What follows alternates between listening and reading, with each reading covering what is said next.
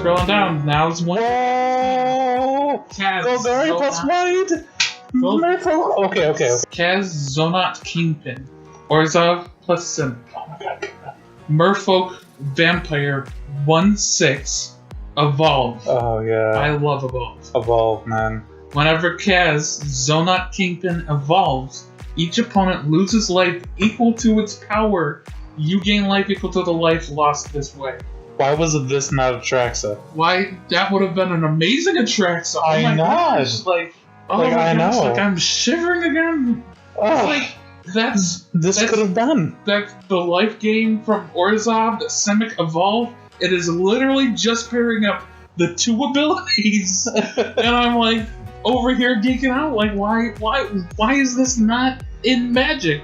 Like, one of my favorite cards in Magic is Fathom Mage, and it's Evolve. I love Fathom Mage so much. Yeah.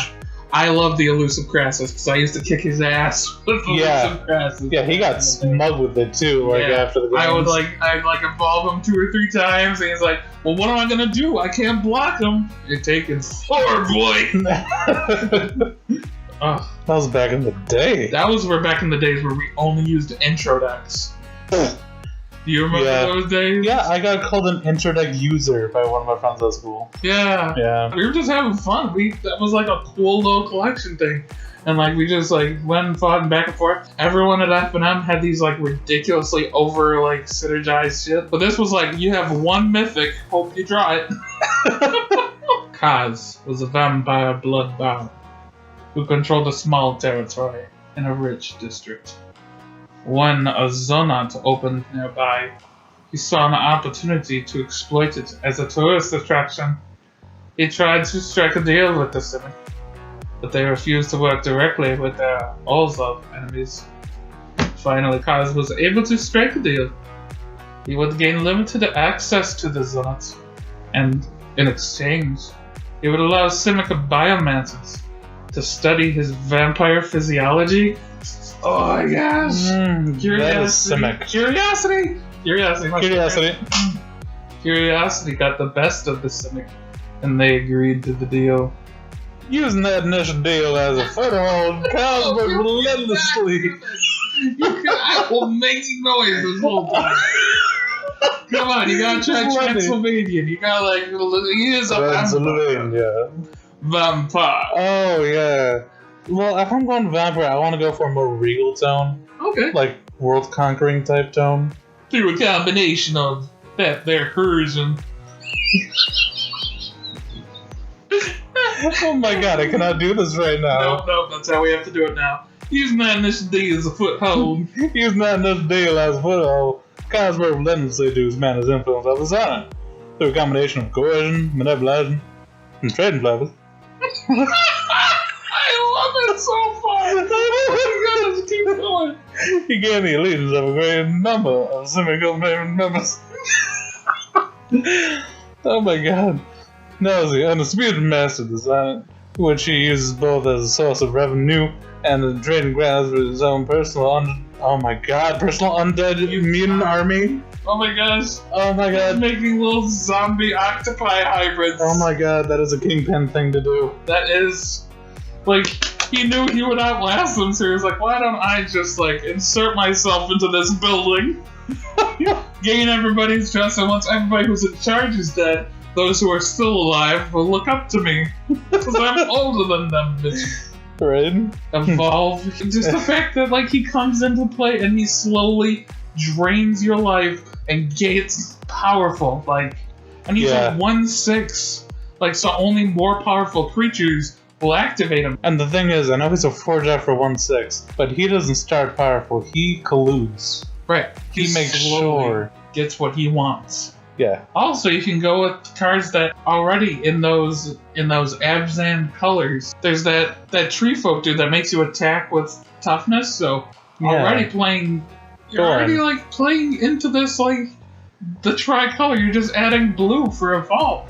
Yeah. And that's so much +1/+1 counter synergy. That's the +1/+1 counter matrix. It's not red.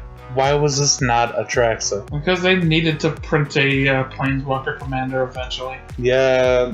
and now like it's the number one deck on EDH Rec. And the whole experimental thing is like so simic too. I know, and it's so Orzhov with the gaining life from the draining. Oh. Extort your opponents equal to his power. Oh my god. And just because of that, like, you can just suit him up with equipment so he's a 6/6, and then you splash something into play, and like, oh my gosh, bro, it would be the perfect deck for Wolfir Silverheart. You cast him, he evolves, he pairs, he drains. You cast him and you would like gain 18 life and then they would lose. Oh my gosh. This is a vampire too. It's like, oh my gosh, like this would get out of control powerful fast. Yeah. Like it should be the only thing I would say is I would say loses life equal to its number of counters. Because there's lots of ways to exploit power. I mean, there's already lots of ways to exploit +1/+1 counters. And the thing is, this can be shut down so easily with Solemnity. Yeah, Solemnity. So it's not like this overpowered thing where it's like, you know... Vampire Hex Mage. Yeah. Like, and you might want to pull things off. I would also play this as Blink. You blink your other shit to trigger the Evolve again and again and again. Yeah, this is good, man. It's good. I'm going down. Oh my god, that looks amazing. Yeah, that is so Dimir. It says it's Azorius and Golgari, but like this just looks Dimir. Kylie of the many eyes. The little birdie on her shoulder. Human Druid 1/3. Birds and insects you control get +1/+1. Whenever bird you control deals damage to an opponent, draw a card. I love it! Whenever an insect you control deals combat damage to an opponent, return target creature from your graveyard to your hand. That's so good. That's awesome. That is Golgari as fuck. Yeah, no, talk about magpies. Yeah, it's literally just magpies and grave recurring worms. Yeah. Kylie had an affinity for small animals, even as a child. Beetles of the street swarm would collect things for him to eat. And Courier Hawks would send him warnings in words that only he could understand. Even as an orphan living on the streets of the 10th district, life was fairly easy. He had everything he needed to survive and wanted a little more. Officially, Kylie is aligned with no guild. Unofficially, though, he is a contact to many agents of the Azorius and the Golgari. The Azorius have detailed information of the city above ground, but lack insight into the goings-on of the Undercity. For the Golgari, the opposite is true. Kylie acts as the bridge between the worlds above and below. Perhaps no one on Ravnica is better connected than Kylie. She has a broad and comprehensive understanding of the Ravnican ecosystem, which few others appreciate. He speaks little and rarely makes his own opinions known, but in his own way, he subtly tries to ensure that the city remains in a state of worldwide homeostasis. That means maintenance of the law above ground and maintenance of the background infrastructure below. Kylie is patient, subtle, and enigmatic. He hardly ever speaks and he rarely acts openly, but his influence is felt by almost every citizen of the city. I like the rats, and they like me. They like it when I lick them. It's very Dimir. I am surprised that they did not go Dimir. Because, like, that's a rogue thing, hitting and drawing. But, like, there's a lot of bird synergy with draw. Like, I didn't know a lot of the bird synergy until I saw the Ravnica, the Bat Commander. Like, he's got a crap ton of bird synergy. And a lot of that is with drawing. Yeah. But that second ability is so Golgarian Hearts. I know. That is a fixed Mirren. That is what fixed Mirren looks like, people. Yeah. Even the color palette looks Dimir. Yeah. He's like an informant and like helps both above and below. They're trying to go for that Strider kind of like, he's too roughneck for the Azorius guilds, but he's too much of a straight-lace for the Golgari. Like, he's like border police. Yeah. I love it, though. Like, it gives you bird synergy tribal and insect synergy tribal in the same deck. She really looks like a druid, too. Like, I'm not sure if that's a sword No. It's a Okay, staff. that's a staff, and what's that in her other hand? Then? It's a book. I think there's vials on his shoulder too. No, those Or look like feathers strings or something. What do you guys think? Leave a comment below. We have one more. One more?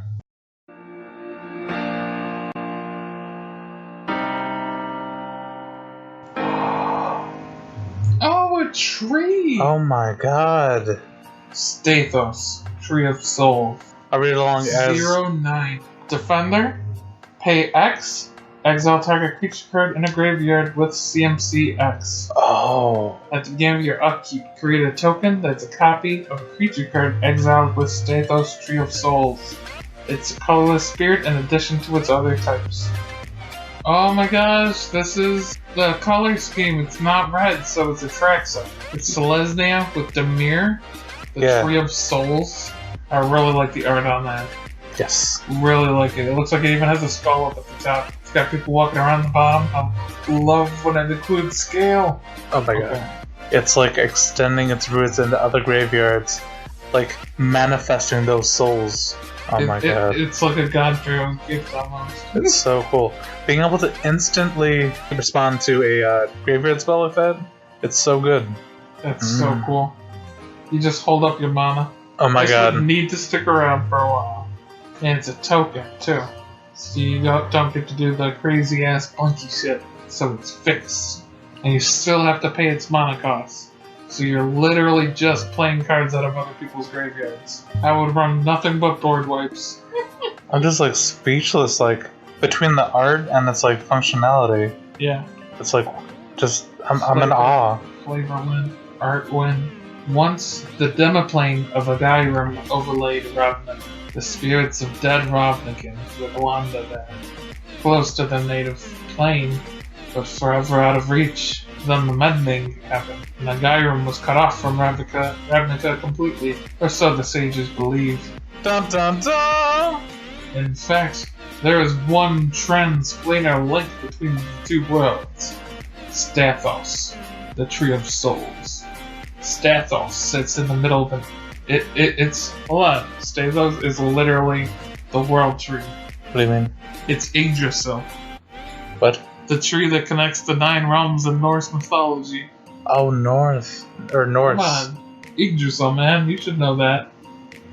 I'm not the history major over here. Stathos sits in the middle of an ancient Selesnyan monument which dates back over 10,000 years. The tree was planted on the very day the Guild Pact was signed as part of a monument to the Guild Pact, which was intended to stand in the land of the living and the land of the dead. The magic used to consecrate the tree had been lost to history, but the magic itself has not waned through the years. At more than 10,000 years old, Stathos is one of the oldest living things on Ravnica. Few know that Stathos is a living conduit to the land of ghosts. Selesnyan priests know that it is an important monument which dates back many years, but few among them know its full history. Selesnyans at large know that Stathos bears some affinity with spirits from the dead. Ghostly lights and voices can be heard around the tree on certain nights. This is strange for a Selesnyan monument, but priests generally believe it demonstrates that the will of Mat Selesnya permeates death as well as life.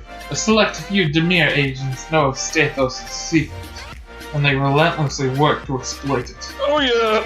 Many among the Dimir believe that Stathos is the key to gaining access to Mat Selesnya. When that happens, the influence of the Dimir will ripple through the Selesnya, and Ravnica will enter a new dark age.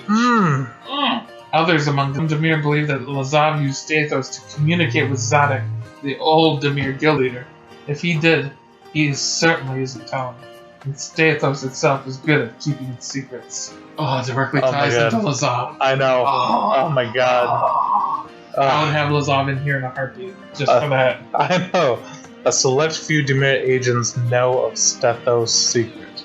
What is the opposite of white but black? And then blue's adversary is always green. The working mind versus the natural order creates chaos. Creates red. Dude. It's finding its 5th color. I love it.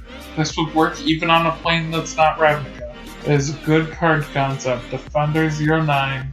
Like, you can never command damage somebody out, but Hopefully you will graveyard advantage your way to victory. Oh my gosh, populate. I just realized.